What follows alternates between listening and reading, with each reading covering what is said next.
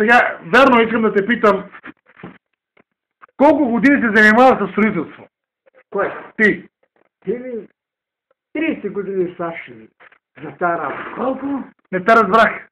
20 години имам за тези работи. Как, за кои работи? Да, за тези работи. С гипс картон, с лепажи, за всичко. Знам всичко. Само пъскам, сам за пайнат. Плочки не можеш да направиш. И може, господине. Вярно ли, че обичате да продухвате много търбите на туалетната чиния? Не. А какво обичате да правите? Не мога да приемем това нещо. Как премахвате влагата от стената? Защото тя има от плъчета. Защото когато ви издържа, се намоква плъчета и се падат на стената, навътре. Има въздух.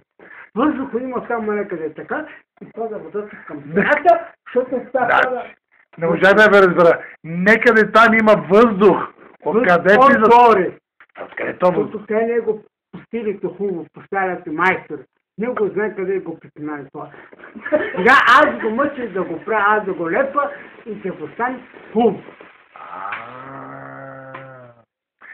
Значи вие имате нов метод на работа. Да. Това, как го измислихте? Да премахнете от стените влагата? Защото помислям ние